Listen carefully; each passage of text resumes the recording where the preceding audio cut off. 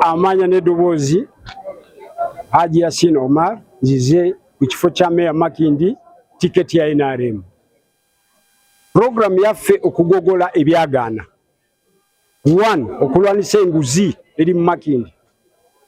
Kyokubiri, kasasiro lwaki abantu basasula erina okuba free.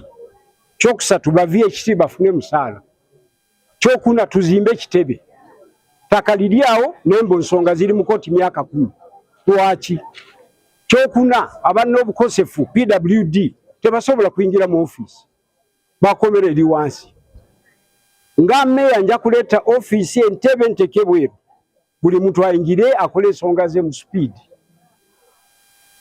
Nja kuleeta enkola okufuuyira mu slums area, okufuuyira ebiku n'ensiri ne bacteria zonna abantu bafune ekyobulamu.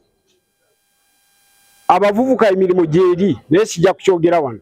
Tuna program na president mirimo mingi thousands. Opposition ebadde muki obukulembeze mu Kampala myaka 15 oba 2.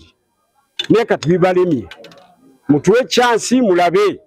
Komyewo atera okuweereza abantu bange saba bannamakindi 1 muteekemu obwesigwa nate nga mbadde muneesiga nze mumbasavinge koza ate nebaza ne party yange ya National Unity Platform president wange Kyagulanyi Ssentamu okuneesiga ate omulundi ogwokubiri nsobola okuba nga mpeereza bannayuganda.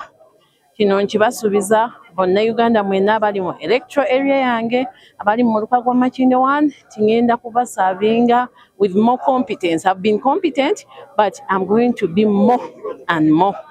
Ngenda baweereza bulungi nnyo nga Mukama Katonda ye mubeezi wange. Amaliriza enteekateeka oba program ey'okugatta abantu mu kitundu ekyo n'okubasensitizinga okubanywezaamu ekinyuso eky'okwekolera. Kubanga nakitandikako mu mbeera ey'okubatiiminga ne mbakulamu ebibinja ebiwerera ddala 12. So abakyala basoba mu 3 families ezo zonna nzize nzikwatako. Ntunuulidde okumaliriza program eyo okugigaziya eyambuka emuyenga eboka saa yonna